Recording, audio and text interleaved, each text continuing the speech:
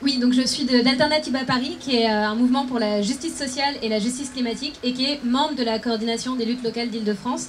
Et je m'appelle Gaïa, et c'est pas un pseudo, c'est le choix de parents qui ont passé leur vie à promouvoir la bio, qui se sont rencontrés dans une des premières écoles agricoles bio de France, et qui n'ont pas pu travailler la terre, notamment parce que déjà à l'époque, l'accès à la terre, c'était un parcours du combattant.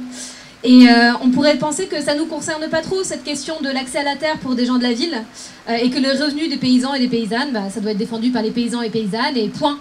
Mais en fait, comment est-ce qu'on pourrait ne pas être tous concernés par notre indépendance alimentaire?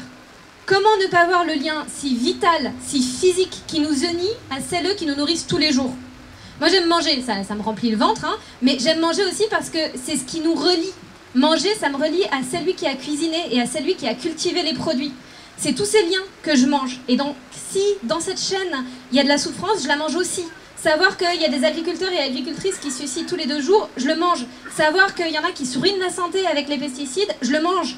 Et ça, c'est des liens brisés, abîmés, distendus que je vais manger. Le bien-vivre de celles qui font la nourriture et le bien-vivre de celles qui mangent la nourriture sont indissociables. Les agriculteurs et agricultrices devraient être accompagnés par l'État pour avoir la liberté, le plaisir et la fierté de travailler dignement en partenariat avec le vivant plutôt que contre lui. Et face à nous, le gouvernement est aussi hors sol que des tomates d'hiver et propose des mesurettes. Une aide d'urgence de 50 millions d'euros pour la bio, c'est ridicule au regard des besoins et au regard des milliards amassés par des entreprises que l'État refuse de taxer à la hauteur de leurs profits indécents. Coucou, Total Energy, êtes-vous là ? Quand ce n'est pas des mesurettes que propose le gouvernement, c'est des utopies technologiques qui maintiennent le monde agricole dans une dépendance aux énergies fossiles et aux intrants chimiques. Mais la solution aux problèmes agricoles ne peut pas venir du technosolutionnisme, parce qu'on veut une agriculture avec des agriculteurs et agricultrices, pas sans. C'est pour ça qu'on soutient aujourd'hui les revendications de la Confédération paysanne. Tout le monde doit avoir les moyens de vivre et pas juste de survivre dans des conditions de vie dignes. C'est inacceptable que les agriculteurs et agricultrices aient à vendre à perte le fruit de leur travail parfois. Et nourrir les habitants et habitantes de France ne doit pas se faire au détriment des paysans et paysannes, ni au détriment de la santé des écosystèmes qui nous soutiennent.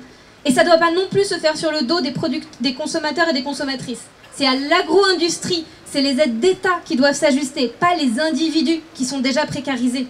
Et c'est pas non plus en détricotant les normes environnementales qu'on va aider les agriculteurs et agricultrices, parce qu'elles aussi ont besoin de sols vivants, de sols en bonne santé.